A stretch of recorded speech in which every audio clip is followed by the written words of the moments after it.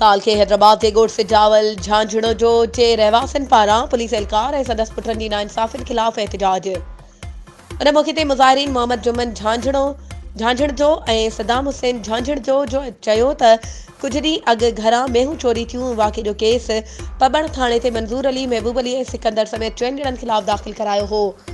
Police में वापस कराए 2 जवाबदार गिरफ़्तार कया। हिक ॼणे ज़मानत कराए छॾी आहे। केस में गिरफ़्तार जवाबदारनि जे सोट पुलिस एहलकार लियाकत अली झांझण जे ऐं संदसि पुटनि सैफुल्ला मुजाहिद उर्फ़ मिठू ज़मानत ते आज़ाद जवाबदार जे गॾिजी केस तां हथ खणाइण लाइ जीअण जंजाल बणाए छॾियो आहे। हुननि इल्ज़ाम हयो त केस तां हथ न खणण जी सूरत में एहलकार ऐं संदसि साथारी रोज़ानो घरनि मथां फायरिंग करे मोतमार धमकियूं पिया ॾियनि। असां एसएसपी हैदराबाद खे दरख़्वास्त ॾिनी आहे त एहलकार ऐं संदसि पुटनि जी नाइंसाफ़ियुनि जो नोटिस वरितो वञे। सेशन कोर्ट में भी तहफ़्फ़ुज़ ऐं हमले आवरनि ख़िलाफ़ दरख़्वास्त दाख़िल कराईंदासीं।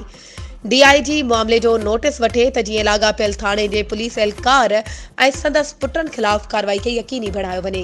वधीक ख़बरूं ऐं अपडेट्स जे लाइ असांजे चैनल खे सब्सक्राइब कयो ऐं हा, बेल आइकन खे प्रेस करणु न विसारिजो त जीअं असांजी हर नई अचण वारी वीडियो तव्हां ताईं पहुची सघे।